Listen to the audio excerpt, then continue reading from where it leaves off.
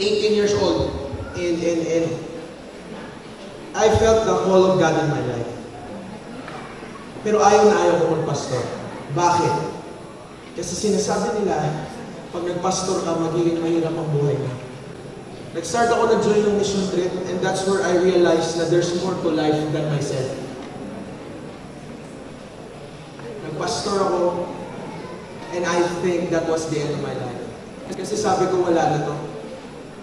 Pinadala ako ng pastor namin, anong plano ng pastor ko sa akin? Sabi ko, pinadala niya ako sa malayong lugar, tatawid pa kami ng dagat, may mga bundok doon, at na-experience ko yung buhay na hindi ko na-experience ever. Hindi ako kumakain ng dahon ng kasaba, pero nakakain ako doon. Hindi ako kumakain ng mga, alam niyo yan, and hindi ako naglalakad ng malayo, hindi ako marunong maglakad sa taniman. Pero naglalakad ako, hindi ako marunong umakyat ng bundok. Pero may nakuha akong hack sa pag-akyat ng bundok, lalo na kung malaki ka. Pag sa taas, okay, kayod mo, pag pababa, mag-slide ka. Mas mabilis. And there was a time when I followed God, our lives were threatened. Meron kaming isang contact na nagalit yung asawa niya kasi nagba-Bible study kami sa bahay nila. Sa buong buhay ko, hindi ko naranasan na merong maghahabol sa akin ng itak.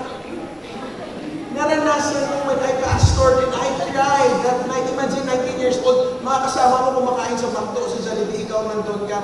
Alright, hallelujah, Jesus. Dito ako, tapos nagtitext sila, Ray, kamusta ka na dyan?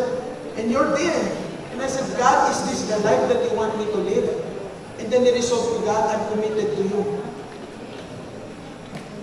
And then, next, sabi ko, Lord, huwag nang provide. Wala akong pera, walang ganyan. Ako pa yung panganay sa amin.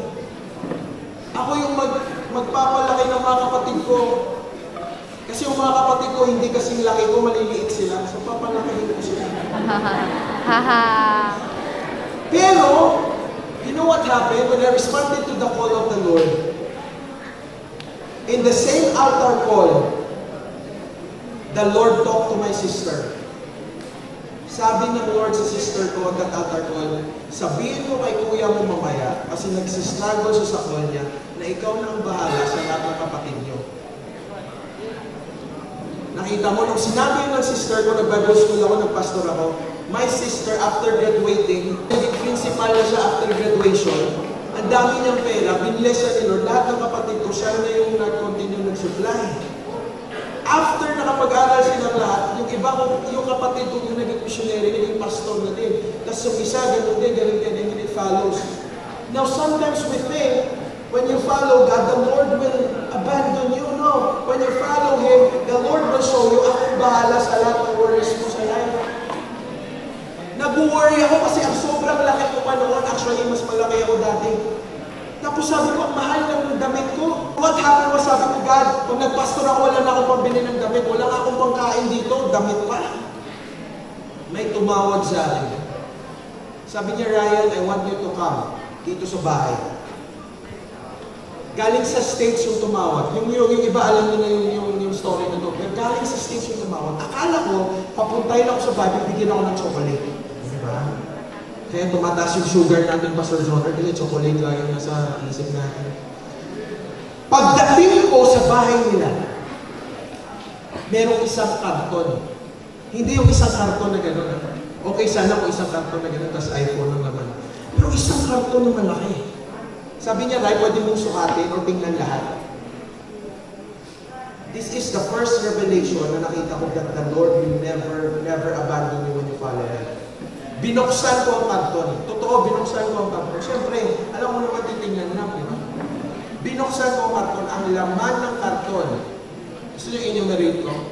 Walang chocolates. Sorry. Polo, t-shirts, sando, necktie, sapatos, slacks, jeans, shorts, medyas, brief.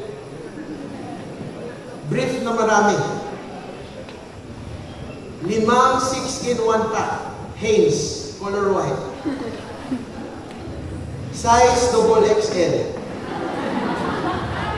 Take note! O eto, ngayon ang revelation. Sabi ko kay God, when I followed Him, hindi ko kayang isupply yung para sa sarili ko. But then that time, parang sa Ilonggo, tinampa, kabalasan din mo. Actually, si Lord wala na pagtampa. Para sinasabi naman, why are you worrying? When you follow me, I will provide every single clothing that you need up to the last detail. Now, kung sinabi ko nung last, kung hindi ako nag-obey kay Lord, I will not experience that. There will be sacrifices, but there will come a time that the Lord will prove to you, I am the God who called you, and I will take care of you. If you are fearing commitment, if you are fearing that the Lord will never be with you, as He was with Moses, as He was with Joshua, He will be with you also. Because pareho lang ang Diyos that we serve. Pareho lang. Yung Diyos, you can hear my testimony, yung mga pastor ngayon, narinig ko si Pastor Joner. Sabi niya, kahit yung sapatos na binigay, yes, exactly. The Lord will take care of you. Bakit ko sinasabi ko to? Sinasabi ko to kasi huwag kayong matakot sa commitment. When you commit to God with your life, you are committing to the best life there is. Amen.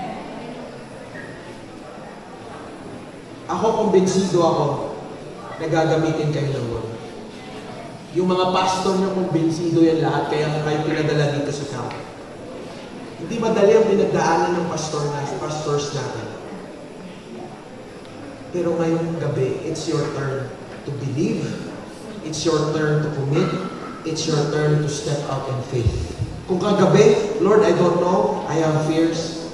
Ngayong gabi, sasabihin mo, God, I will obey you, I will commit, I will give my life to you. Kasi alam ko ikaw bahala sa akin.